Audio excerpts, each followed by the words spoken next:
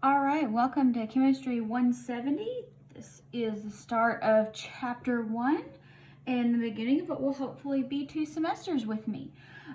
So let's get started with talking about atoms and molecules and just kind of what chemistry is. So chemistry is the science that seeks to understand the behavior of matter, and to do that, we're going to study the behavior of atoms and molecules.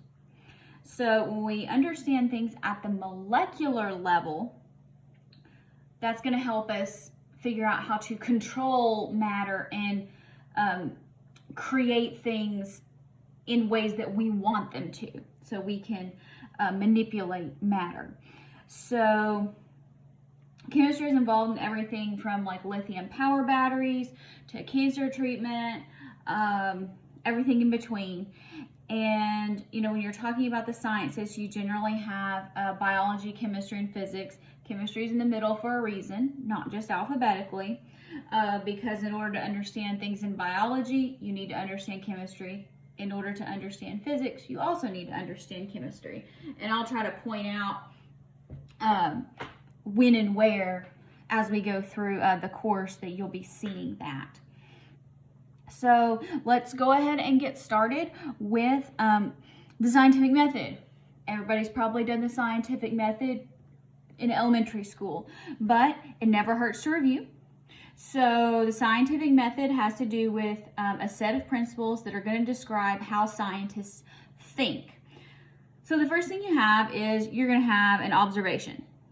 So observation is going to be information that you determine by noting and recording natural phenomena. So you see something, you go, oh, a leaf falls to the ground when it detaches from a tree.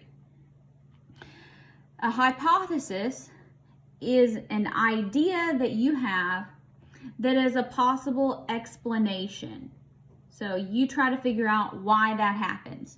So why did your observation occur? And the key thing when you're coming up with a hypothesis is it has to be testable. So you have to be able to test it to determine whether it's right or wrong.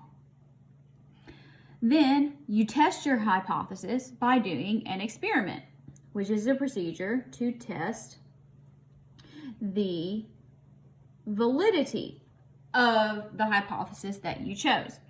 If you're in lab, we will be doing several experiments, and then after you do your experiment, you come to some sort of conclusion. The conclusion is the explanation of the results of the experiment as to whether the hypothesis is true or false. Now, in science, we tend to get a lot of things wrong before we get them right. So in lab or in general, don't be afraid if you get something wrong. We learn at least as much, sometimes more, from when we make mistakes as opposed to when we get something right the first time. So if you said the wind is what causes the leaf to fall to the ground. Well, that wasn't what happened, because you put it in a wind tunnel and it didn't fall to the ground. It's gravity. Well, so don't be afraid to get things wrong. And even in lab, if your results are way off, just say, my results were way off. Try to figure out why that is. What could have gone better?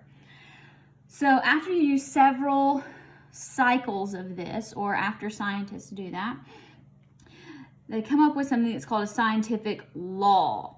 So a law is going to be a brief statement that's going to summarize, so it summarizes past observations and predicts, I'm a terrible speller, future ones. And it describes how nature behaves. So a scientific law basically tells you this is what is. So if you're talking about Newton's first law of motion, every action has an equal and opposite reaction. That says this is what happens. All right. Now, that is different from a scientific theory. You need to know the difference between a law and a theory. A theory is a model for the way that nature is, and it tries to explain why. Put that in all capital letters. So a theory says why. This says it is however way. This says it is because. So try to keep that straight in your mind. Now I want you to try to go through and come up with your own example of how to use a scientific approach. And I mean, it can have to do with the peanut butter and jelly sandwich. It doesn't matter. Just give it a try.